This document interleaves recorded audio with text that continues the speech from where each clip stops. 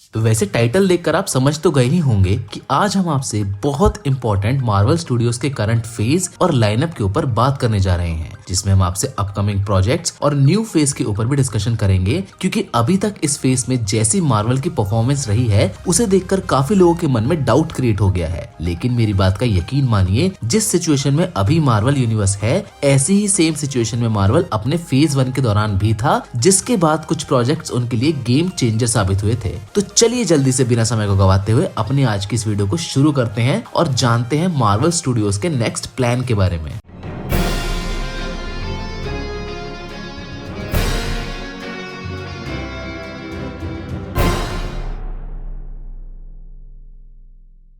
तो इस सिचुएशन को समझने के लिए सबसे पहले हमें मार्वल स्टूडियोज के प्लान को समझना होगा, जिसके लिए हमें एक झलक पास्ट में फेज 1 पर डालनी पड़ेगी। तो जैसा कि हम जानते हैं कि मार्वल के फेज 1 की शुरुआत the incredible Hulk, iron man, Thor, captain America the first Avenger और द अवेंजर्स से हुई थी, जिसमें मार्वल की ज्यादातर फिल्म्स एवरेज रही थी सिवाय आयरन मैन और द अवेंजर्स के। इस फेज की शुरुआत में जब मार्वल अपने यूनिवर्स को सेट कर रहे थे तो उनकी stand alone super hero movies को देखकर लोगों के अंदर ऐसा ही डाउट क्रिएट हो गया था, जिसमें उनका परसेप्शन कुछ इस तरीके का बन गया था कि मार्वल बस 2-4 सुपर हीरोज को एक साथ लाके एक कॉमन मूवी पर एंड कर देंगे। लेकिन द एवेंजर्स मार्वल स्टूडियोज के लिए फेज 1 की गेम चेंजर साबित हुई, जिसके बाद उनके प्लान को काफी अप्रिशिएट किया जाने लगा। लेकिन फिर से एक बार जैसा उन्होंने सोचा वैसा हुआ नहीं और फेज 2 की शुरुआती फिल्म्स उस तरह इम्पैक्ट नहीं डाल पाई जैसा मार्वल स्टूडियोज की प्लानिंग थी। फेज 2 की शुरुआत हुई थी आयरन मैन 3 और थॉर द डार्क वर्ल्ड से, जिसके बाद एक बार फिर से मार्वल के एग्जिस्टेंस पर सवाल उठने लगे। लेकिन इसके बाद एक बार फिर से एक ऐसी मूवी आई जिसने मार्वल के लिए गेम ही चेंज कर दिया, जो थी captain America the winter soldier. Captain America के बाद एक बार फिर से उम्मीदें जगी, जिसके बाद मिस्ट्री अनकवर करने का काम गार्डियंस ऑफ द गैलेक्सी और एंटमैन ने कर दिया, जिसके बाद एज ऑफ अल्ट्रॉन से लोगों ने एक अलग तरह का मार्वल व्यू पॉइंट जाना। लेकिन यहाँ भी लोगों का मार्वल पर फुल कॉन्फिडेंस नहीं बना, पर जब मार्वल ने अपने फेज 3 की लाइनअप लोगों के साथ शेयर की तो उनका एक्साइटमेंट हमें बहुत ज्यादा देखने को मिला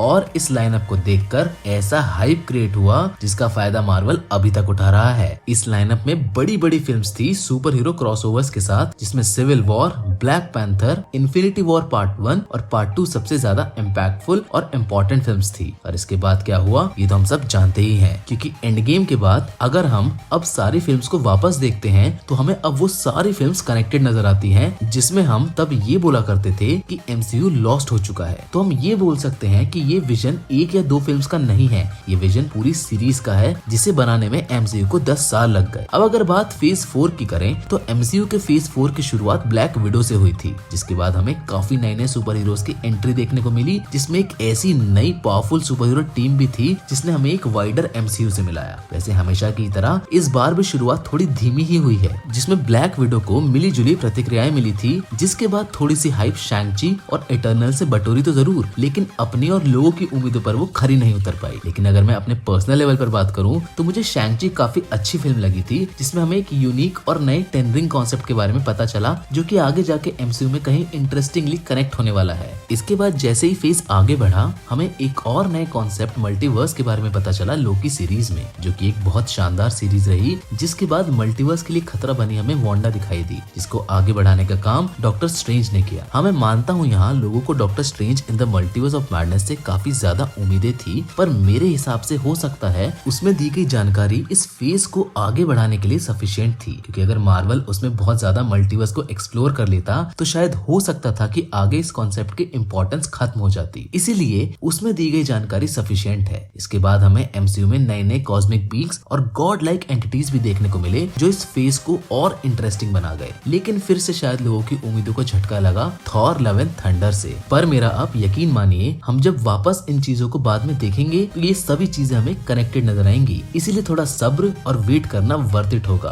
क्योंकि मार्वल स्टूडियोज बैंक के साथ वापसी करने वाली है और ये फेज तो अभी आधा ही हुआ है। अभी तो और इंटरेस्टिंग मूवीज आने वाली हैं, जिसमें Wakanda Forever, Guardian of the Galaxy volume 3 and Ant Man Quantumania इस यूनिवर्स को अलग तरीके से शेप करेंगी। जिसके बाद नेक्स्ट फेज की शुरुआत फैंटास्टिक फोर से होगी, जो मार्वल यूनिवर्स को बहुत ज्यादा एक्सपैंड करने वाली है। वैसे अगर अभी भी आपको मार्वल की क्रिएटिविटी पर डाउट हो रहा है तो आप बस सैन डिएगो मार्वल कॉन वाले इवेंट तक रुक जाओ, क्योंकि मार्वल स्टूडियोज अपने अल्टीमेट 10 इयर्स प्लान को उसमें अनवील करते हुए आपको दिखने वाले हैं। और कौन जाने क्या पता पिछले फेज की तरह ही इस फेज में भी हमें कोई एंड गेम देखने को मिल जाए। वैसे यहाँ सबसे ज्यादा उम्मीद तो सीक्रेट वॉर्स की है जो इस फेज को कंप्लीट कर सकती है। पर फिलहाल तो मैं इतना ही बोलूंगा कि अभी वेट करने में कोई बुराई नहीं है और इतनी जल्दी मार्वल के इस फेज को जज करना भी सही नहीं होगा। इसीलिए have patience and sit relax. और रही बात आज के हमारे वीडियो की, तो आज की वीडियो में तो बस इतना ही। लेकिन अगर आपको ये वीडियो इंटरेस्टिंग लगी हो तो इसे लाइक, शेयर और हमारे चैनल को सब्सक्राइब करना ना भूलिएगा। साथ ही में आप हमारे इंस्टाग्राम हैंडल @thefilmify को फॉलो कर सकते हैं for more interesting Marvel and DC updates. मिलेंगे आपसे एक और नई इंटरेस्टिंग कहानी के साथ। Till then,